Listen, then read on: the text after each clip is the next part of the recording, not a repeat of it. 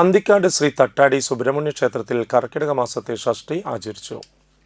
രാവിലെ ഉഷപൂജ, വിശേഷാൽ അഭിഷേകങ്ങളായ പഞ്ചാമൃതം, പാൽ, തേൻ, പനിനീർ, ഇളനീർ, ഭസ്മം, പഞ്ചഗവ്യം എന്നീ അഭിഷേകങ്ങൾ ഭഗവാന് സമർപ്പിച്ചു.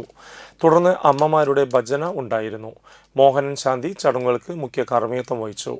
തുടർന്ന് അന്നദാന ചടങ്ങ് ഉണ്ടായിരുന്നു.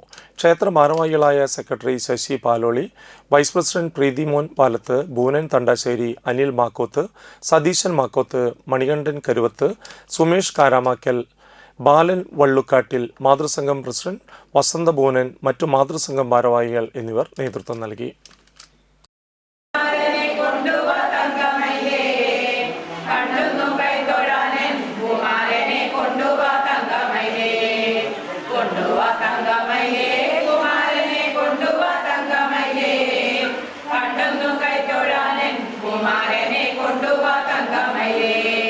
Anda